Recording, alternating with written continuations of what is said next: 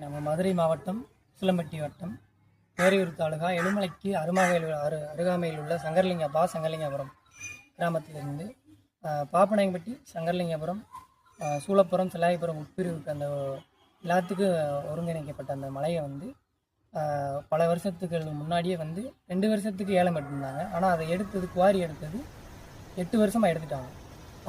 பகுதி மலையவே காணும். இப்போ அங்கே நீர் வரது கம்மியாக இருக்கும். அதே மாதிரி இப்போ 5 வருஷத்துக்கு போட்டிருக்காங்க. 5 வருஷத்துக்கு போட்டிருக்காங்க. 5 வருஷத்துக்கு எடுப்பாங்களா? கிடையாது. அதை ஒரு 15 வருஷம் 10 வருஷமாக எடுத்துருவாங்க. அப்படி எடுக்க போச்சுன்னா இப்போ மலைகள் சில பேர் சொல்கிறாங்க மலைகள் எடுத்தால் என்ன எடுக்கட்டும்ன்றாங்க நம்ம ஊர் மக்கள் எல்லாம்.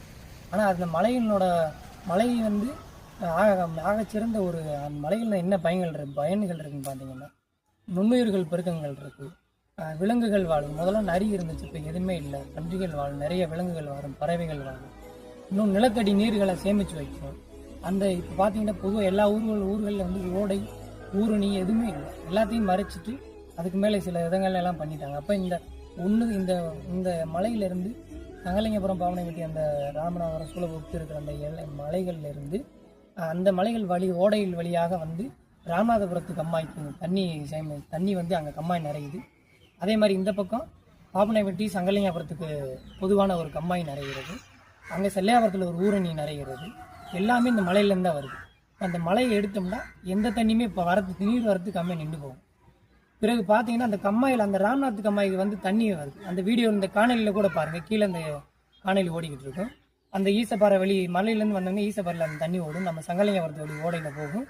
ஓடையில் போனோன்னு ராமநாத் கம்மாயில் நிறையும். ராமநாத் கம்மாயில் நிறைஞ்சு பிரிஞ்சு அந்த மடையிலேருந்து பிரிஞ்சு மீனாட்சிபுரத்துக்கு அம்மாய்க்கு போகும். இப்படி நம்ம முன்னோர்கள்லாம் வந்து அறிவில் கெட்டவர்கள் கிடையாது, அறிவாழ்ந்தவர்கள். அவர்கள்லாம் வந்து எந்தெந்த ஊருக்கு தண்ணீர் வந்து அவங்க வந்து நான் என் ஊருக்கு தான் தண்ணீர் கண்டு பிடிச்சி வைக்கல. ஒவ்வொரு ஊர்லேருந்து ஒவ்வொரு ஊருக்கு ஓடைகளையும் கால்வாயிலையும் வகுத்து வச்சு இந்த ஊருக்கு இந்த கம்மாய்க்கு போகணும், இந்த ஊர்லேருந்து நிறையன்னு சொல்லி நம்ம முன்னோர்கள்லாம் செய்து வச்சுருக்காங்கன்னா நம்ம அதை பாதுகாத்து நம்மளை அந்த சந்ததியிட்ட கொடுக்கணும். இன்னொன்று பார்த்தீங்கன்னா, இந்த மலைகளை எப்படி நம்ம முன்னோர்கள் நம்மக்கிட்ட கொடுத்தாங்களோ அதே மாதிரி நம்ம அடுத்த சந்ததிகள்கிட்ட கொடுக்கணும். இந்த மலைகள் இல்லாட்டி வேறு எதுவுமே பண்ண முடியாது. நீர் வரத்துக்கு போய் நிலத்தடி நீர் இருக்காது, ஒன்றுமே இருக்காது, ஒரு பறவைகள் இருக்காது, எந்த இதுவுமே இருக்காது, வாழாது. நம்ம மனிதர்கள் மட்டும் அந்த மலையை எடுத்து அவன் 10 லட்சம் 10 கோடிக்கு சாப்பிட்டு போயிடுவான். ஆனால் நம்மக்கிட்ட எதுவுமே இருக்காது. நிலத்தில் இப்போ பார்த்தீங்கன்னா நிலமும் நஞ்சாயிருச்சு. நமக்கு அந்த நிலமும் நஞ்சாகி அந்த செயற்கை உரங்களை கொட்டி நிலமும் நஞ்சாயிருச்சு. நாளைக்கு எங்களுடைய நம்ம பின்வரும் தலைமுறைகளுக்கு அந்த மலை தான் வந்து ஒரு ஆதரவாக இருக்கும். குடிநீருக்கும் அந்த கம்மாய்கள் கால்வாய்கள் தான் அந்த ஆதரவாக வந்து இந்த மலை மட்டும்தான் இருக்குது. அதையும் இப்போ எடுக்கணும்னு சொல்லி 50,000 கோடி டெண்டர் போட்டிருக்காங்க.